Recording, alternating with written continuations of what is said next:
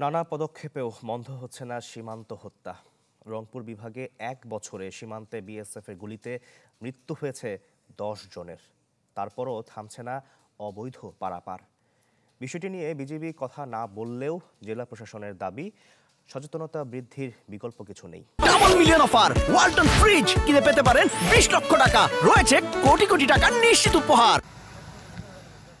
সম্প্রতি সীমান্তে পাথর উত্তোলন বন্ধে কড়া নজরদারিতে বিজিবি। এতে বেকার হয়ে পড়েছে পঞ্চগড়ের হাজারো পাথর শ্রমিক। নিষেধাজ্ঞা অমান্য করে লুকিয়ে পাথর তুলতে গেলে বিজিবি ও বিএসএফ এর তোপের মুখে পড়তে হয় শ্রমিকদের। ৭০-৭৫ বছর থেকে এখন সরকার বন্ধ করে দিছে। আমাদের মনে করেন কামাই করে খাওয়ার ইয়া নেই, এখন কী করে খাবো। ৪ মাস ধরে বিজেপি আর কি নামতে দিচ্ছে না। বাধ্য হয়ে অনেকে যুক্ত হয়েছেন গরু চোরাচালানে। ভারতে প্রবেশ করে গরু আনতে গিয়ে বিএসএফ এর গুলিতে হতাহত হচ্ছেন।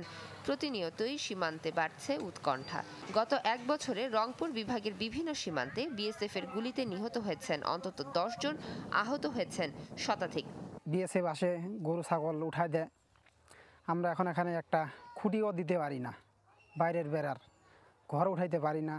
আর ওরা দলবদ্ধভাবে আসে, আমাদের বিভিন্ন আতঙ্ক দেখায়। এখানকার স্থানীয় কিছু ব্যক্তি তারা রাতারাতি ধনী হইবার লালসায় বাইরের থেকে কিছু এই ধরনের অসাধু ব্যক্তিকে নিয়ে এসে এই কারবারির সঙ্গে তারা জড়িত থাকে এবং এই হতাহতের ঘটনা ঘটে।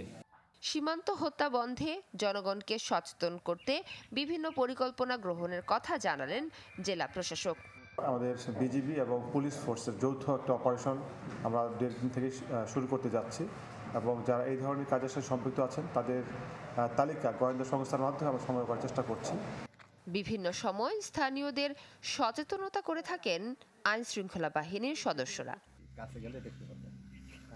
Desk report, channel 24।